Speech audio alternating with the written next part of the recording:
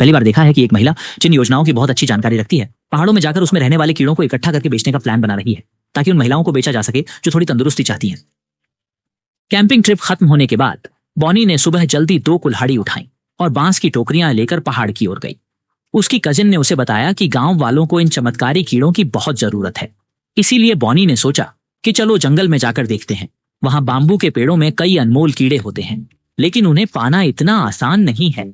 Bonnie ने अपनी कुल्हाड़ी का इस्तेमाल करके पेड़ों को काटा और हर वार में इतनी ताकत झोंक दी कि सुनने वालों को हैरत होती। पेड़ की बाहरी परतें धीरे धीरे हटने लगीं और एक नई दुनिया का द्वार खुलने लगा। सड़े हुए बांस के पेड़ों से एक हल्की सी महक आई, जो कीड़ों के लिए एक प्राकृतिक गहना बनी रही। कीड़े यहाँ शांति से पलने बढ़ने लगे। वे गोल मटोल और रंगीन हो गए। सड़े हुए पेड़ों के अंदर मोटे और सफेद कीड़े हिलडुल रहे थे, मानो उन्हें भी उन भयानक कीड़ों का डर है। इसी बीच बॉनी ने उन्हें तेजी से बाहर निकाला और टोकरी में रख लिया। ये कीड़े देखने में भयानक और सच में भी भयानक होते हैं, लेकिन इनमें प्रोटीन की मात्रा 20 गुना अधिक होती है। यही कारण है कि ये शरीर को ऊर्जा देने के लिए बहुत लाभदायक होते हैं। पड़ोस के बूढ़े राजा ने बिना शिकायत आंखों से आंसू बहाए। स्वाद कैसा है ये तो हम नहीं कह सकते, लेकिन मुंह में रखते ही इसका फूट पड़ने वाला स्वाद असली हो सकता है। कुछ चालाक कीड़े जमीन में छिपने की कवायद करते रहे, लेकिन बॉनी ने उन्हें पकड़कर टोकरी में डाल ही लिया। क्योंकि पेड़ के अंदर एक साथ इतने सारे कीड़े थे, सिर्फ 2 पेड़ों को काटने से ही पूरी टोकरी भर गई। भले ही ये कीड़े हानि पहुंचाने वाले हैं, लेकिन इनके अत्यधिक संग्रहण से पर्यावरण असंतुलित हो सकता है। इसलिए बॉनी ने सोचा कि बस थोड़ा ही काटो और वापस जमा करो। अच्छे दाम पाने के लिए कीड़ों को अच्छे से धोना होता है। धुलाई के बाद इनके सफेद मोटे शरीर थोड़े प्यारे लगते हैं। दुर्भाग्य से अचानक से एक भारी बारिश आ गई, लेकिन इसने बॉनी को रुकने नहीं दिया। उसने छोटे छाते और कीड़ों को लेकर गांव की ओर का रास्ता पकड़ा। राजा के घर के दरवाजे पर पहुंचकर बॉनी ने कीड़ों की पूरी टोकरियां जमा की। राजा का बेटा गुओ श्याओबाओ तुरंत बाहर आया और बॉनी का स्वागत किया। तभी बगल वाली महिला अपने बच्चे के साथ आई और कुछ कीड़ों को अपने पालतू जानवर के लिए खरीदा, ताकि वे घर में अच्छे से बढ़ सकें।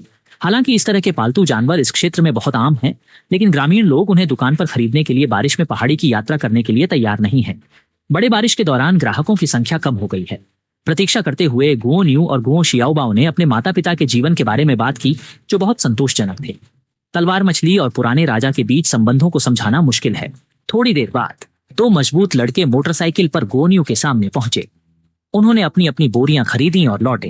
बारिश के कारण लोग कम दिखाई दिए। समय के साथ साथ बर्लिन का पालतू भी कम हो गया। आखिरकार गुओ न्यू के प्रयासों के तहत सभी चीजें इकट्ठी हो गई। फिर वह बांस की टोपी और छाता लेकर वापस छोटे घर लौट गया। इस दौरान रात का खाना बनाने का समय भी आ गया। किचन से धुआं उठने लगा। गुओ न्यू ने चावल को अच्छे से धोकर स्टोव पर रख दिया और सब्जियों को धोने तालाब के किनारे चला गया।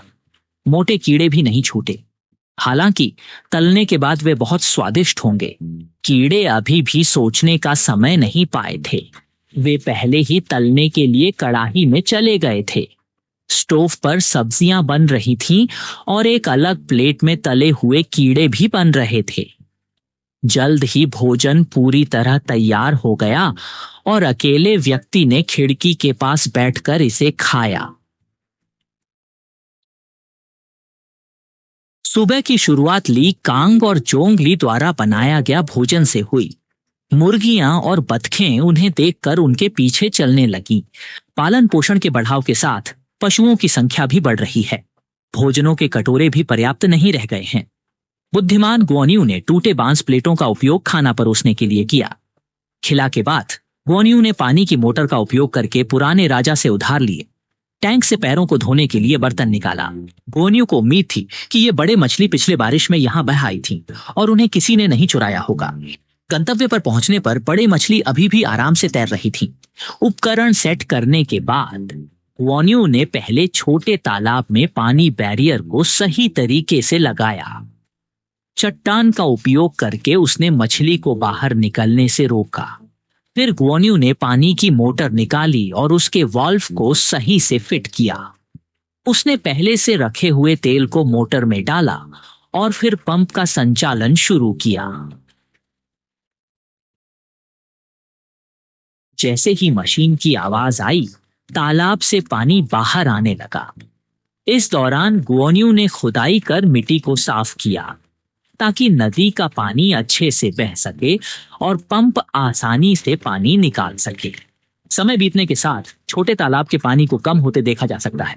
इंजीनियर ने पानी में उतरकर गहराई नापने की कोशिश की, लेकिन सही जगह नहीं मिली, इसलिए उन्हें किनारे पर इंतजार करना पड़ा। 20 मिनट बाद तालाब का तल दिखाई देने लगा और मछलियां बेतहाशा तैरती हुई दिखी। इंजीनियर फटाफट पानी में कूद पड़े, दोनों हाथों से मिट्टी में टटोले और मछलियां पकड़ने लगे। यह बड़ा आसान काम था क्योंकि मछलियां आसानी से हाथ में आ रही थीं। हर बार सही और बड़ी मछली पकड़ी।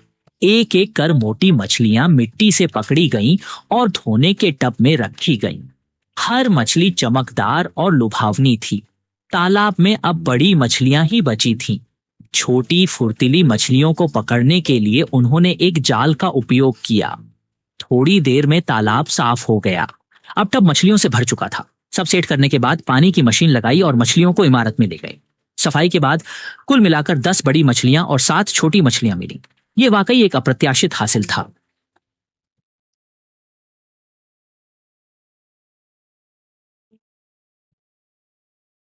नहाने के बाद साफ कपड़े पहने और बड़ी मछलियों को टब में डाल दिया। कुछ बेकार छोटी मछलियां ही छोड़ दी। बूढ़े ग्रामीणों को पहले से ही पता था कि वो इन्हें सीबीडी में बेचने जा रहा है। मछलियां संग लेकर निकल पड़े। इन जंगली बड़ी मछलियों को लोग बहुत पसंद करते हैं। बमुश्किल दुकान सजाई थी कि लोग खरीदारी के लिए आ पहुंचे। एक आदमी बिना झिझक के पहली मछली खरीद ली। गांव के लोग एक के बाद एक मछलियां खरीदते गए। मछलियों की मोटाई और ताजगी देखकर थपको का भी मन ललचा गया और उसने भी एक मछली खरीद ली। बावजूद इसके हर बार जब इंजीनियर दुकान लगाता है, उसकी मछलियां जल्दी बिक जाती हैं। सारी मछलियां साफ हो गईं।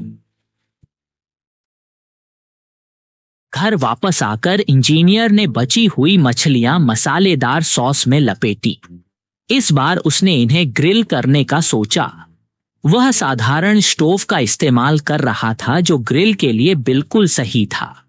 मसालेदार सॉस में लिपटी मछलियां जल्दी ही सुनहरी और लुभावनी हो गईं।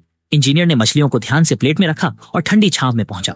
कार्बन ग्रेड मछली अपनी चमक और मिट्टी के सॉस के साथ काफी स्वादिष्ट लग रही थी। अपने द्वारा बनाए गए परिसर के बारे में सोचकर इंजीनियर बेहद संतुष्ट महसूस कर रहा था।